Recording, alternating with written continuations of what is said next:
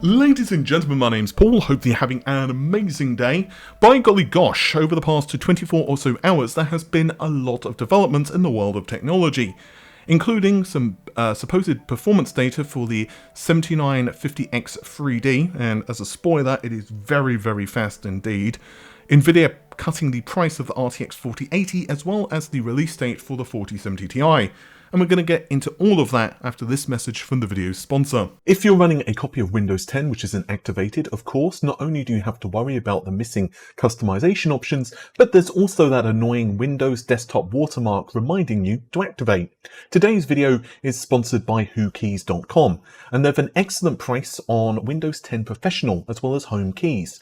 Yeah, and they also of course sell games. I've bought a few Windows 10 keys with my own personal account to test everything was legit and worked in preparation for this sponsored video. You can pick up one of their keys for 25% off using the coupon code RGT in the checkout. There's links to their website in the video description. Also, if you're building a few systems, there's bundles available too. Again, you can check out whokeys.com and use the coupon code RGT for 25% off the listed Windows 10 key prices. So for those wondering where I've been over the past week or so, well, basically speaking, I got stuck at my old flat. There's quite a bit of backstory to this, but I am moving at the moment, and due to a series of unfortunate events, I basically got trapped at my old flat.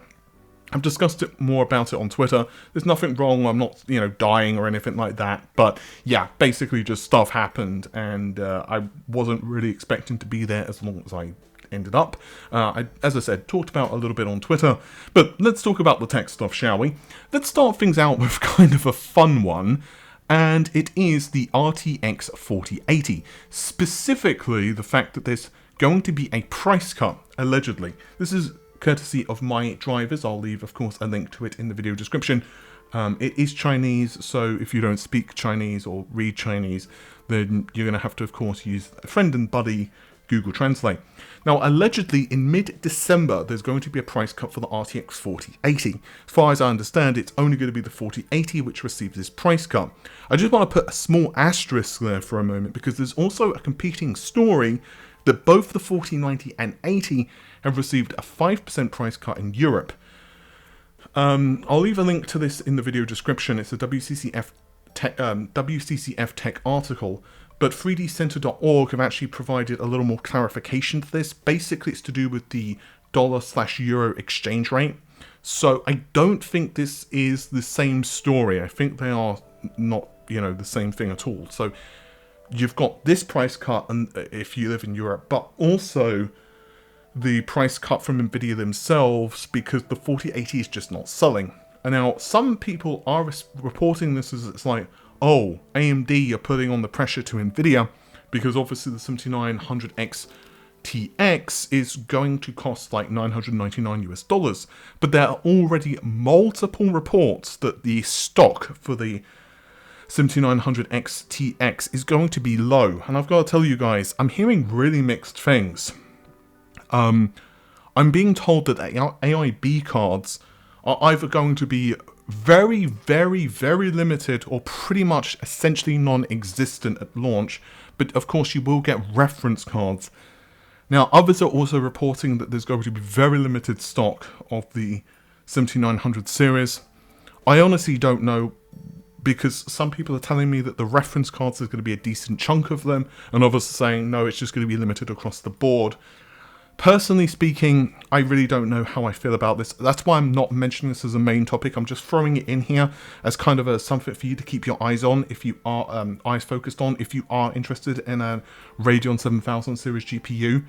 I do understand that the custom cards, which are going to have higher clock frequencies and blah blah blah, they're going to release later in larger quantities, so maybe a couple of weeks from now, possibly early January. It does suck for those, who want to pick one of those up, but at the end of the day, it is what it is.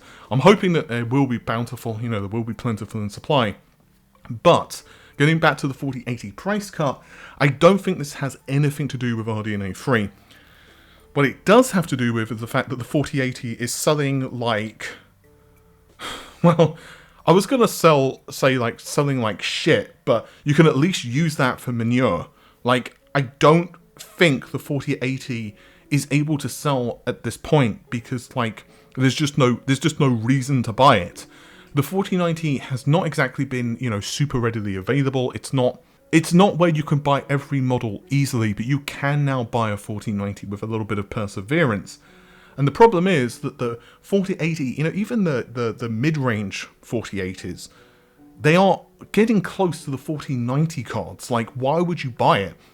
I made a joke on Twitter that basically said that the only people buying them are scalpers, people who basically misclicked on the card thinking it was a 4090 because of the price, or YouTubers or, you know, tech people who just wanted to benchmark the card or screw around and have fun.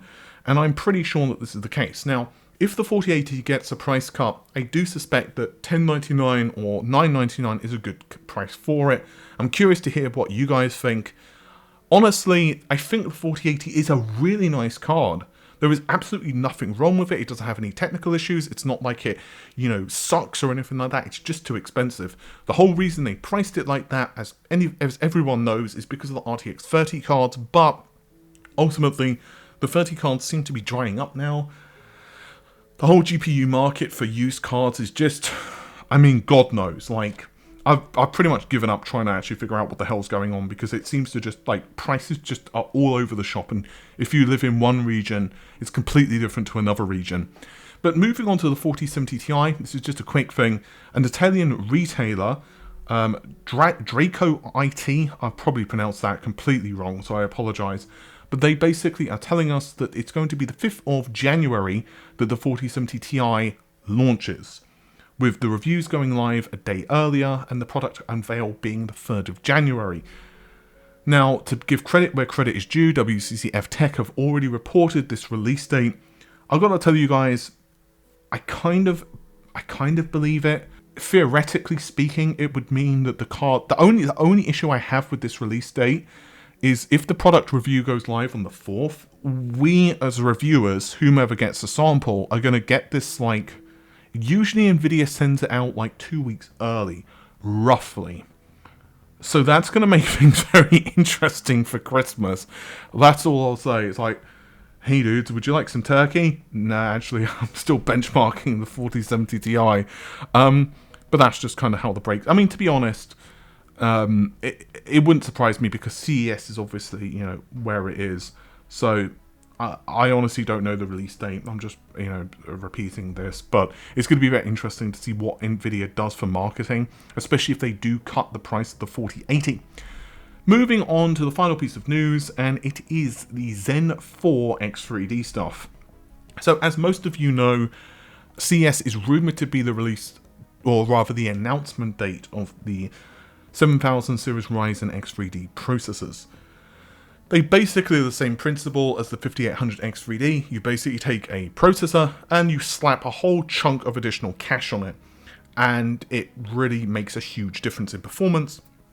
And the 5800 X3D, depending on the application you're running, actually makes a really good case for itself for being a better deal than well, actually a lot of the AM5 stuff. Because for gaming anyway, it just does really well, especially if you're already invested in the AM4 platform. But the Vcache Zen 4s are allegedly considerably faster. Now, a while back, I actually leaked that there was an 8, a 16, and a 12 core, and I'd heard it was up to 30% faster than the vanilla CPUs, but you know, 20 to 30%, with the gap being between the models.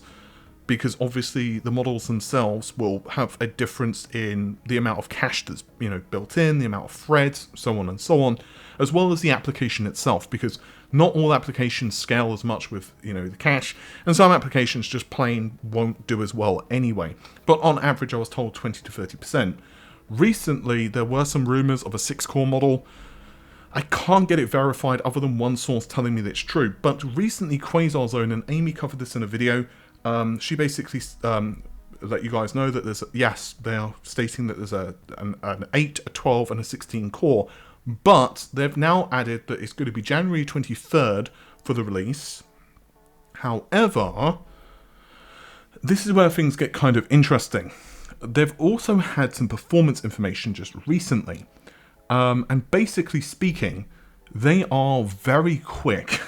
The performance data here is actually, well, essentially estimated. What they've done is basically take the performance numbers they've been given and extrapolate them based on the vanilla 7950X. And you can see that, in essence, they basically decimate the vanilla processor, and they also decimate the 13900K. Now, of course, this is going to come at a cost. I've personally heard that they are quite power hungry, 170 watts. I think I mentioned in a couple of videos. I think it was Hassan over at WCCF Tech, also tweeted that same number, 170 watts, for the 7950X3D. So it's going to be kind of power hungry, but they are going to be really fast. This actually brings a couple of questions to my mind. One, if that is true, if these performance numbers are accurate, by golly, the marketing around these things is going to be fun. And it's also going to be very interesting to see how they scale with different clock frequency memory. So for example, what about slower memory like 5200 or faster memory like 6000 MTS or whatever? How is that going to affect things? Obviously, at the end of the day, you know, faster, lower latency memory is always going to be better, especially in applications which don't utilize the cache as much, or they've got a load of data and they're kind of like, you know, just grabbing crap tons of data from main system memory. But, you know, these things up to 200 megabytes of cache, essentially, that is absolutely nuts to me. Like back in the 90s, a typical system had like 64 or 128 or 256, depending on how much of a baller system you had. My system back then had like, what was it, 128 megabytes of memory and 16 megabytes of VRAM for the Voodoo 3. So I think my next system had 256 megs. So I think it's, that's main system memory, not including the graphics card. So I think it's kind of funny just how much memory these things actually have on cache. It's also going to be very interesting to see how AMD market these things.